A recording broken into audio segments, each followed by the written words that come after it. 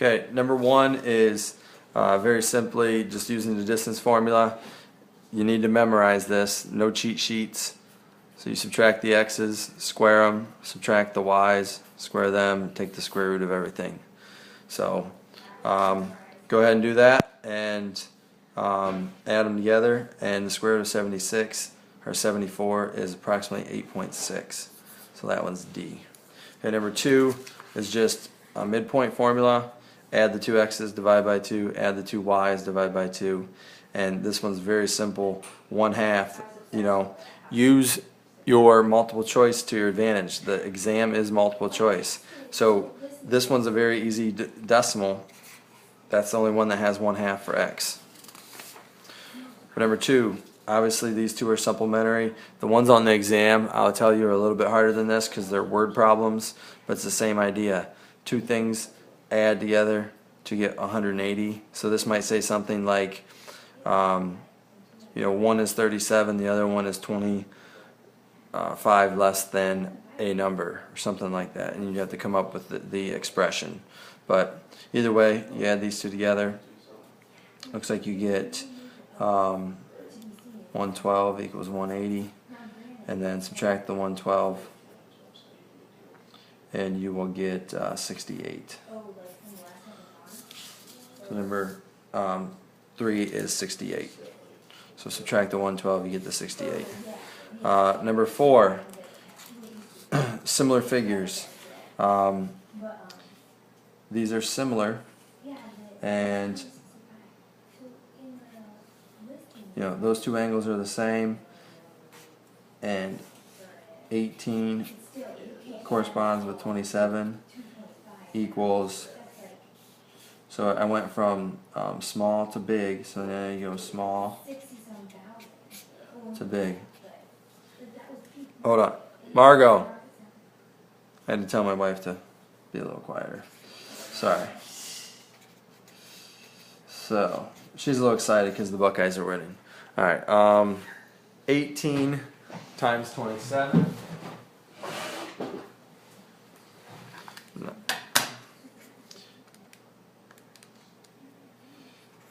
486. Multiply -81.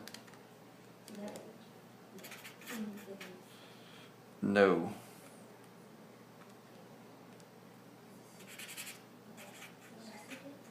It's 81x, 486 plus 81, 567. So I added 81 to both sides.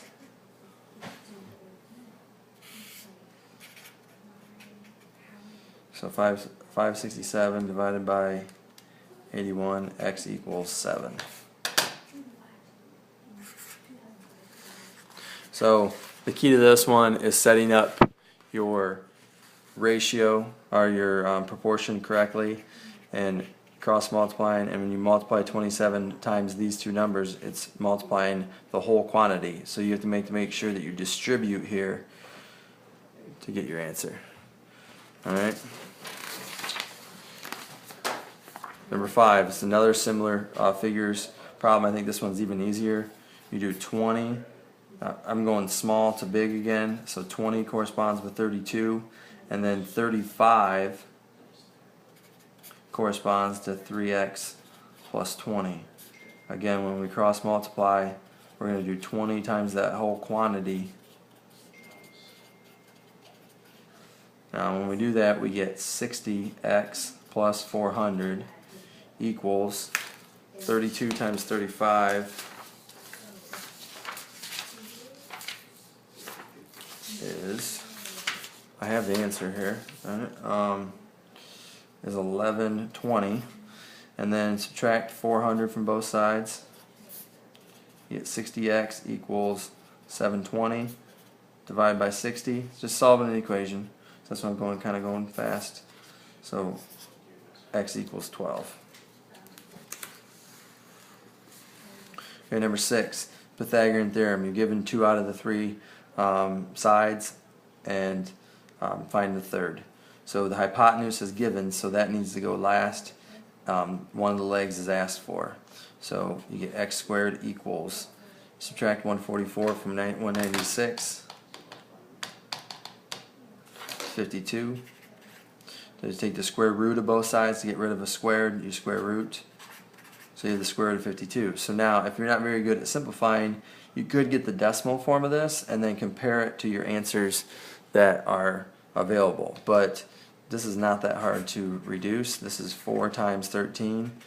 Square root of 4 is 2, so that comes out front. 2 radical 13 is your answer. So again, you could just compare the decimals if you're not that good at reducing a radical. Okay, number 7. Again, very quickly. Now, the cosine of x. X is down here. Okay. Now, cosine is adjacent over hypotenuse.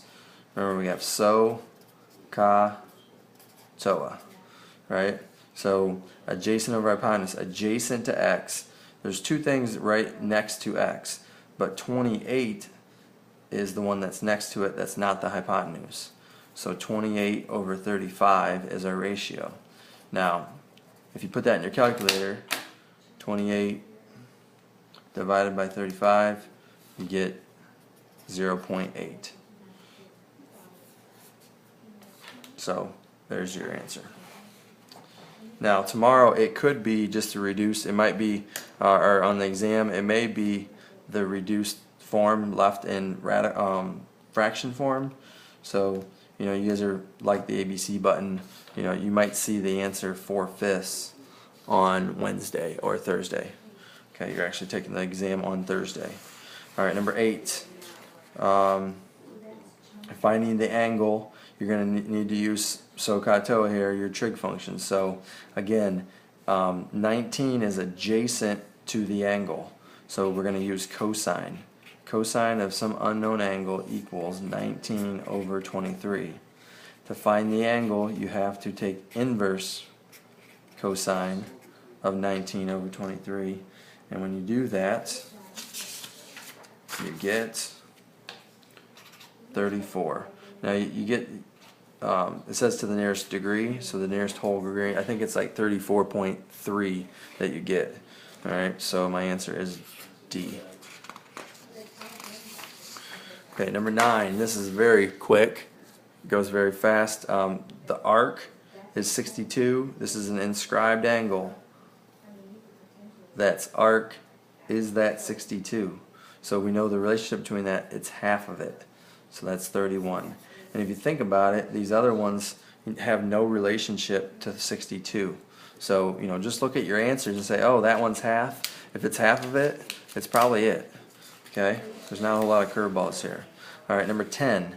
It asks for the perimeter of the polygon. And I know it says each, but it just means, you know, find the perimeter of the polygon. So really we have 20.8. You might be really tempted to add these up. Alright, and see what you get. So, you know, 20.8 plus 9.6 plus 25.2. If you add that, we have 55.6 so far. That's just adding the 3 sides that I know. Actually, I gotta add 6 more to that, because this whole thing is actually 15.6. Right? So, if I put those two, I get 15.6. So I need to add 6 to this. I get 61.6. So right there, I know these 3 sides that are basically given, eliminate those 2. So, okay. And then from there, now I gotta make a couple decisions here. So if this is 9.6, that's 9.6. So when I do the math, and I subtract that from the 20.8, this part is 11.2. This part is going to be the same, 11.2. 25.2 minus 11.2 is 14. This one's 14, and then what that does is I know that that's 6, because these are all tangents. So I know that this bottom is now 20. So if I add 20 to that, I get 81.6, which is B. Okay, number 11. The relationship is 150 minus 19x over 2 equals 56. To get rid of the 2, multiply by 2. Oops, that's going to cancel out. 150. That's 112. Subtract the 150. You get negative 38. Divide by negative 19. X equals 2. Done. Number 12. The relationship is 60 plus the 180 divided by 2 equals the middle angle. You add those two, you get 240 divided by 2, that's 120. Very simple problem. 13. Area of a parallelogram is base times height. Base is 4, height is 3, answer is 12. Area of a triangle. I put this one on here. Now I believe these choices on your paper are different. I changed these.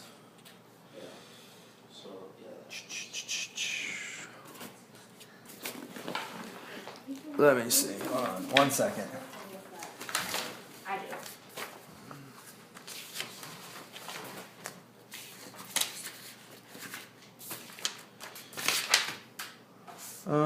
I'm not sure exactly how I remember that, or how I did that, but 1/2 base times height is your area of a triangle. You're going to need that tomorrow, or on the exam day. So just make sure you know how to find the area of a triangle.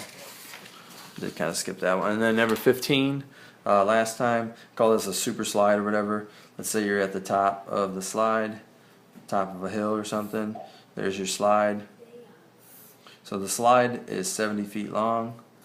The vertical drop is 25, and it's asking for the angle of depression. Now, the angle of depression is really, it's parallel to the ground. Alright, so it's really that angle there, but to find this, we're going to find this angle because those two angles are exactly the same. Now, I explained this to a few people after school, and if you think about it as a plane is approaching. Alright, I'm going to make a very simple plane. Okay, there's my plane. Let's say it's approaching the runway. If it's trying to decide what to descend on, what angle to descend, it's not going to descend at that angle Y.